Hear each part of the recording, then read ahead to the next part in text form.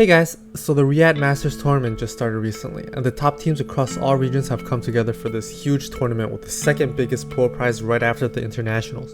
Dude, that's huge. But something I'm extremely excited for is that Anna is standing in for Matumba Man in Team Liquid. Now they played a couple games today, and I wanted to talk about why Liquid seemed like they had a huge lead against TSM but ended up losing both games.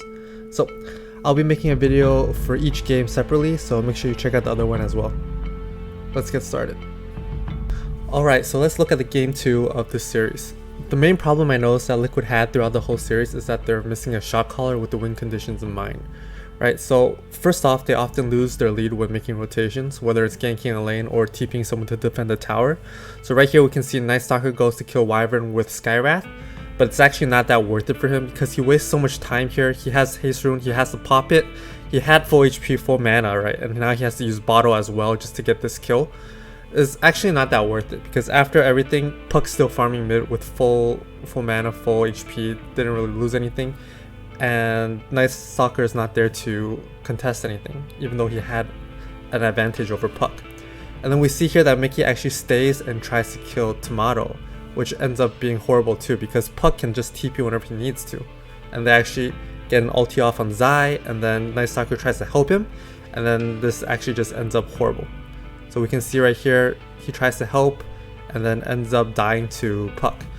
And this is like the worst case that can happen as a mid, right? You're originally winning mid lane, and then you end up feeding the enemy mid laner a kill. Okay, so the next obvious result in not having a main shot caller is that right here we can see that they didn't take advantage of their early game pickoff comp in Team Liquid. So obviously their lineup is much stronger than the enemy's early game, right? All their heroes are really good early game, they have a lot of damage, but they never group up. They actually always allow for the enemies to group up and kill them. And right here we can see Zai actually uses Beastmaster ult, which pushes back their tempo by 100 seconds. Right, this is completely pointless. No one's near him to do anything, so I'm not sure why he ulted here, but this is something that's very problematic in Liquid. They actually have such a strong lineup early game, but they don't do anything about it, right? Because first off, you definitely want a 5-man for Pudge's passive. You want to get stacks on Pudge, make him tankier, right? You want to use all your ultis off cooldown. So once you have Dark Ascension, once you have Beastmaster Roar, you want to just run at the enemy team because they can't stop you, especially with TA farming, no items, Night Stalker counters, all these heroes early game. It's just bad planning from Team Liquid in general. Okay, so again we see that instead of running at TSM with 5 people, they're still split up. Right here we see that Insignia is trying to watch Pudge farm the lane, but then gets caught by Puck, right? This in turn allows for TSM to win with a numbers advantage, while Liquid has all their ultis up.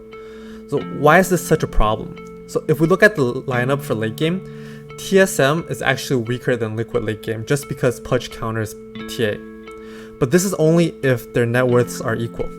But TA obviously farms faster than Pudge, especially after getting Axe. So what they need to do is actually win fights early and push the towers to limit TA's farming space. But instead, obviously they split up, they don't do anything, and then they just let TA roam free, which then lets his net worth grow exponentially compared to Pudge. And what happens late game is TA just puts traps across the map, just farms and looks for solo pickoffs, which then puts a lot of pressure on Team Liquid that they have to play perfect or else they just lose the game. Alright, and here again we see 2 people get caught and everything just repeats.